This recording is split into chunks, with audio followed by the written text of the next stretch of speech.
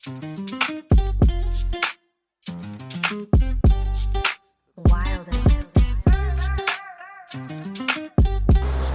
greetings everyone, welcome to yet another episode of this Malaysian series. So today's episode is a bit special because I got myself a Honda ADV 160 and I'm going to be taking this beast out for a good run. So this episode is very special because we're going to be going to Togeya. It's an Initial D inspired cafe and I want to showcase how the ADV 160 behaves intercity and highway both while we travel to Togeya. So I basically got my bike from Shah Alam and today's weather is a bit hefty because it's been raining since the morning. I had to travel from Cyberjaya to Shah Alam to pick the bike up. So I've just refueled from a Petronas fuel station. I took RON 97 so I can actually get the most out of the bike. So I'm going to be taking it out for a lot of rough roads. Since it's an ADV scooter, it's adventure biased, so I'm really excited to spill how this bike behaves all in all because I've been waiting for a very long time to get my hands on an ADV 160 and I finally did. So let's see how this goes and let's run. So ADV scooters, I basically don't have much fascination on scooters, but I would say that this bike is very special because this bike is one of the best builds from Honda. So initially I'll be traveling from Shah Alam to Bukit Bintang and then from Bukit Bintang we're going to be heading to Togeya. So Togeya is basically an Initial D inspired cafe and I'm really excited to go there because I'm an Initial D fan since childhood, and what's better than getting one of your favorite bikes out here in the Malaysian streets. So number one, the engine. A lot of people think that this bike has the CBR 150R engine, but that is wrong. This bike has a single overhead cam engine while the CBR has a DOHC engine, a double overhead cam engine. This bike has a dedicated 157cc engine, a 160cc engine basically, which produces about 16 horsepower and about 50 Newton meters of torque. And I think that the power that this bike produces and the torque that this bike has, it's enough to go for any kind of adventure that you will for. Even to do a bit of off-roading as well. This bike comes with special off-road tires. This makes this bike very different than most other scooters out there. Even in this time of the day, it's almost 3:30 in the afternoon, you still see a lot of traffic in the Shah Alam main roads. But this independent lane is only for bikes itself. So while traveling from Shah Alam to Bukit Bintang, you're going to find a single dedicated lane only for motorcycles. This is a very interesting fact because we don't have such independent bike lanes in our country. So very thoughtful way of putting it. Just look at the street. The interconnecting main road is to the right. You have the expressway going over your head and you have a dedicated bike lane which does not have any traffic at all. So I think that such a thoughtful way of putting up your street does save you a lot of time, and thank God I'm not driving a car here because riding a bike is way more convenient. The intercity main roads are always blocked in peak hours and it brings me great joy because I'm going to be able to show you something I was really excited to see myself. And Togeya is basically an Initial D inspired cafe. We don't have such places in our country, right? So even before getting here I had the intentions to go there, and thankfully I got some time to get one of my favorite scooters and also go to one of my favorite places. I just spotted a yellow GTR.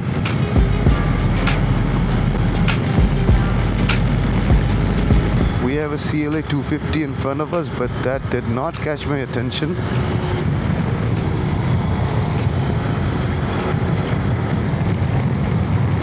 I think he has an aftermarket exhaust setup. Shit, just look at that paint job, man. So beautiful. One of my favorite is the Nismo Spec. Everyone would like to get one of these, but for me, I think the R32 makes a lot of sense. I really like the way the R32 looks. I also like the 35, but something about the 32 really gives me goosebumps. But this one, however, I really love the paint job. I saw a lot of GTRs down the line, but this one was different.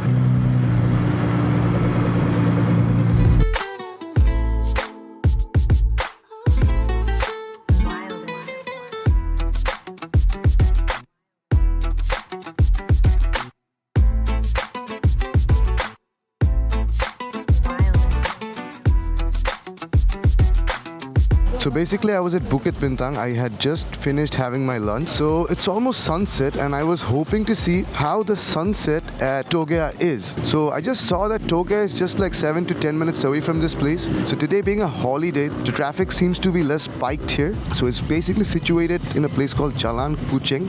So we're talking about two very passionate enthusiasts called Kent and Sam who found Togeya back in December 2024. So they were relentlessly looking for an abandoned petrol station and they found one. But when they got the place, there were no electricity or water there.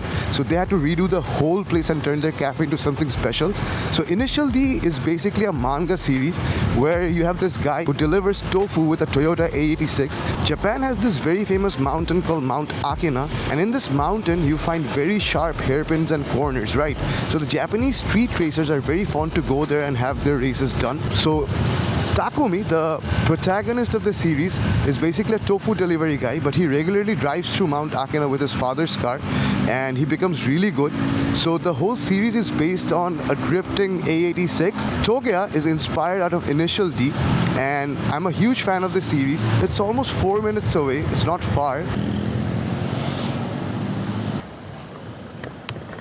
Brother, where should they park? Yeah. Front? Alright. So guys, I'm here.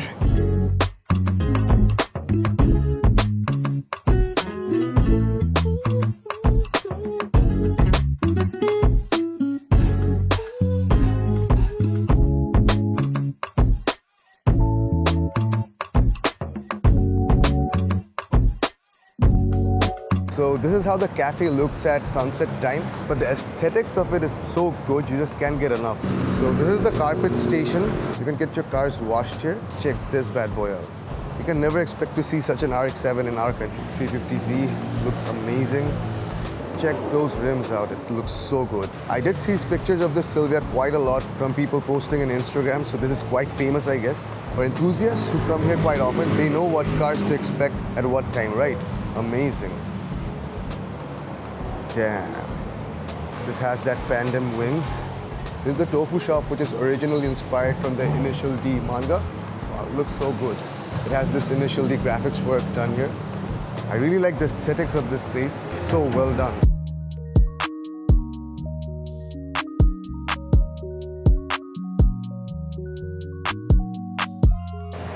Another Sylvia.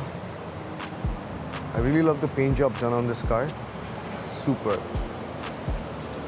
Another 350Z. Looks so good. So we have a few old school JDM bikes here as well. This is a Suzuki Panther. This is a very old bike. Let's check this out. How clean. It's a Yamaha RX115. So clean. You would never expect to see such clean units in our country. The venue is Jalan Kuching, and they often have meets here where they put up posters and they also post in their socials. I think the accessibility of products enables enthusiasts to really put out everything in their builds because they want to get their work done right. But basically in our country, you don't find parts readily available for enthusiasts to go for their builds. So I think JDM enthusiasts here are very, very passionate and they can put in the effort because parts are available, right? So amazing time. I had a good time here. I would come back at night time just to see what more we can spot here. I think the Initial D fans out there would have a great time watching this episode. So I was here for about half an hour. So basically I'll be heading back to Bukit Bintang for grabbing some food, but I'll be coming back at the night time because today is the weekend and I've heard that at the weekends it's always packed with good cars.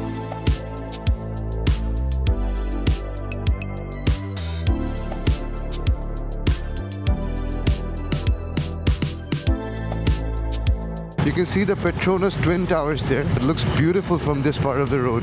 No toll, we're gonna take the side lane. That has to be the second tallest building in the world. And the Twin Towers look amazing from this place. So beautiful.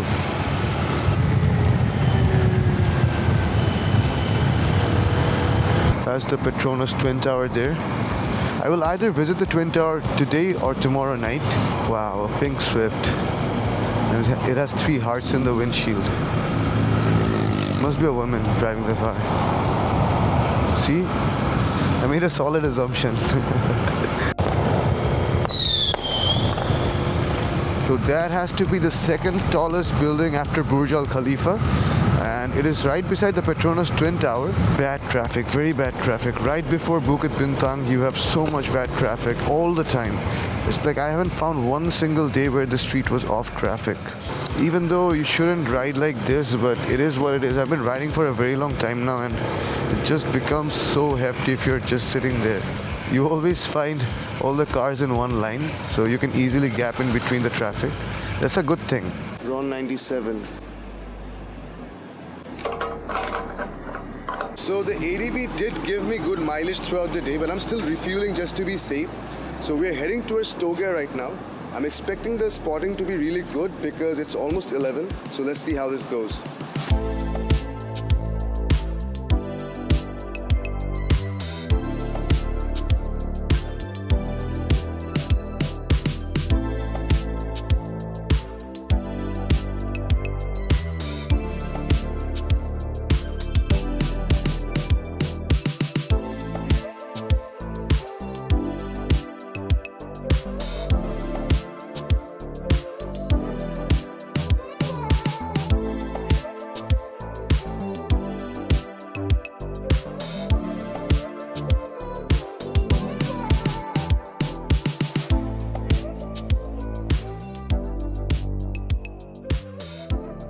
So we just got back from Togeya. So basically we're heading to Shah Alam to meet another brother. So on the way I called one of my younger brothers from Bangladesh, and we're gonna be staying in Cyberjaya though. I have a surprise for him. So as we get there, I'm gonna give him the present I got from Bangladesh.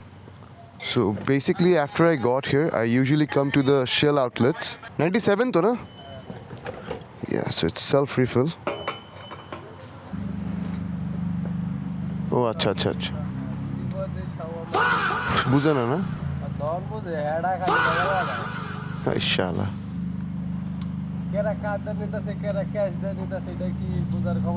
না আমি তো ও তো দেখলোই সামনে ও card দিয়ে pay করছে আমাদের computer তো দেখা যায় কেরা কার্ড দিয়ে নিতেছে আর কেরা ক্যাশ দিয়ে নিতেছে ক্যাশটা আপনি দিছেন কার্ড তো হেই নিছে নাকি yeah এইটুকু না বুঝার কি so I'm taking around 97 fuel. Basically there was a confusion of who paid with card and I paid with cash. So it's self-service here, so the confusion was a bit awkward. They sent in a guy who's also Bangladeshi, so he came up to check. Fuel here is pretty cheap. It's only 3.1 ringgit a liter. That's like very cheap. So I took around 1.37 liters of fuel for 4.25 ringgits.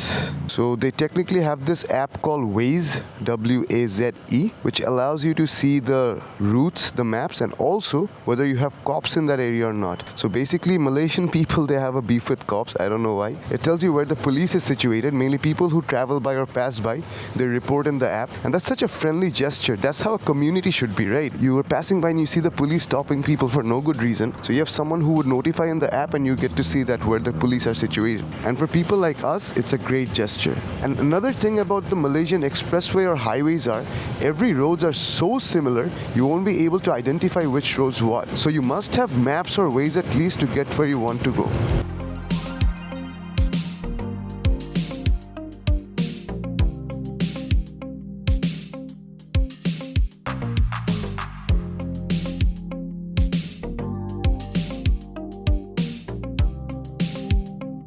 So basically I rode this bike for a day.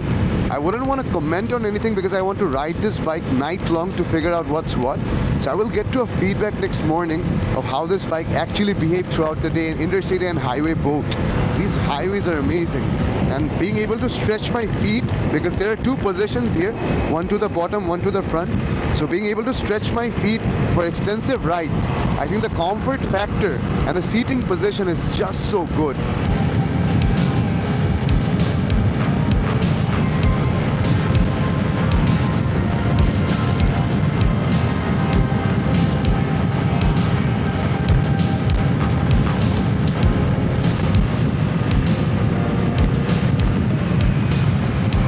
So basically on the way to Shah Alam, we had a minute incident.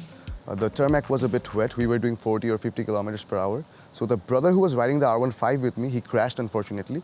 Nothing serious though. The bike got a tip off here, a bit of scratch here, and a bit of damage to the mirror. The master cylinder went off, so that's a bummer. The hospital we got him to, it's called AVCN, a specialized hospital. It's in Shah Alam. But the catch is, it's very expensive. He got a dressing done, a bit of Voltaren given to him, and they charged him with 500 RMs. And in BDT, that's almost 15K, and that's a huge bummer. So right now, he's inside, he got his dressing done. He's talking to the reception about his insurances and whatnot. So yeah.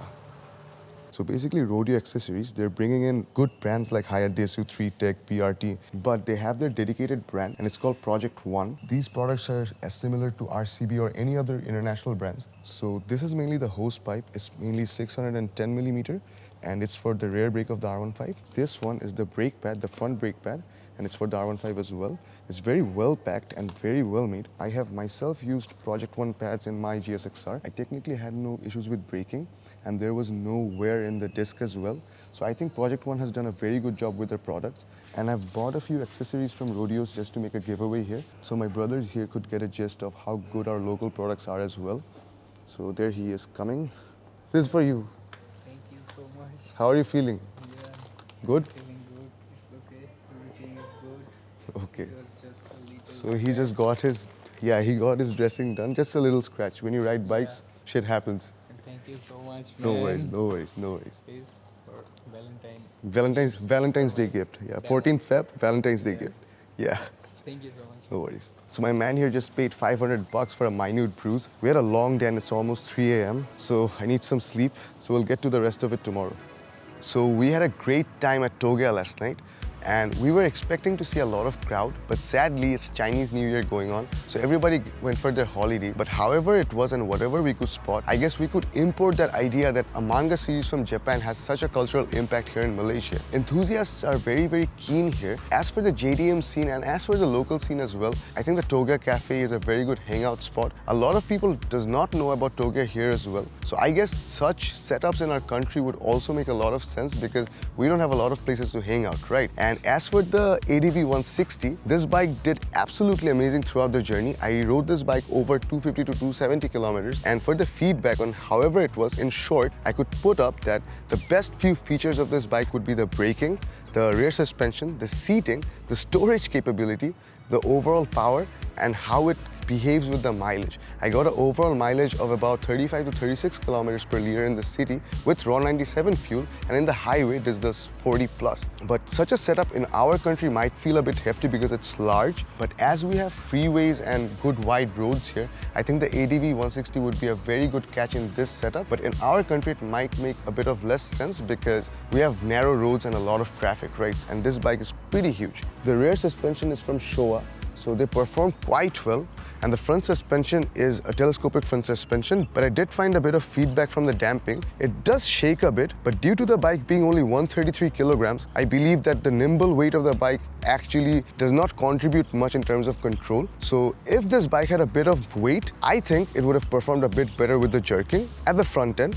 But however it's performing, I think since this bike is an ADV, being light and nimble really helps you to move around. And another feature that I really liked was the windshield. It does really protect a lot from the front wind and it's adjustable. The headlight performance is somewhat good and you have a lot of storage under the seat. I just finished a bit of shopping, so I could actually put a lot of stuff under the seat, and the fuel opening is right here. And it's mainly keyless, so all the operation is with this key. You get to open the seat and the tank from this switch. As for the tires have very good feedback as well. It's a dual sport tire setup, so I think in city conditions and even in the off-road, you're gonna find very good feedback. I've been riding around in the rain a lot, so this gave me very, very good braking confidence, I must say, and the ABS performs absolutely amazing. You have LED indicators and LED lighting to the front and rear as well. And as for the engine, you have a 4-stroke SOHC 4-valve setup. This produces around 15 Newton meters of torque and about 16 horsepower, so I think the engine is quite reliable, and Honda engines are very, very durable. So most of the mopeds here and the scooters are powered by a manual transmission. This one, however, has a CVT transmission, which is very, very ideal. Overall power output and the overall throttle response is quite ideal to move around anywhere. I think in terms of climbing higher grounds or in terms of mountain ride, you might feel the torque to be a bit off, but I think the lightweight and the overall nimbleness of this bike allows you to move very freely. And as for the exhaust note, this is how the bike sounds.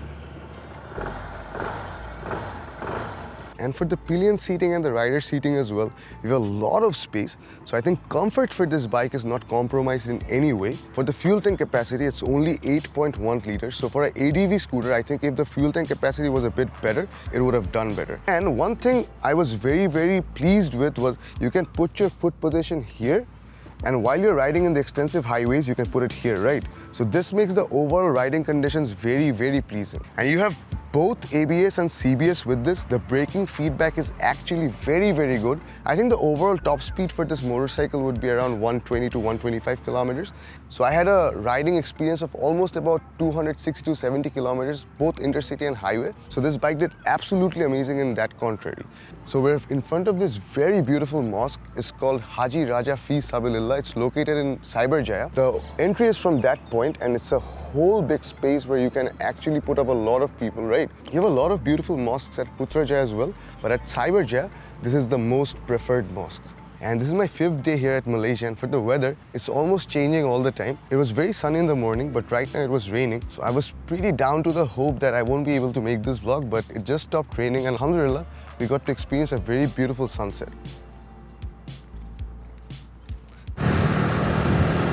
So this was about it for the Togeya episode. I hope this episode helped you understand their cultural attributes a bit better. We're gonna come up with a lot more, so do stay connected. A huge shout out to LS2 Helmets Bangladesh and Project One for powering this series. We're gonna come up with a lot more. Stay safe and always wear your helmet. Thank you.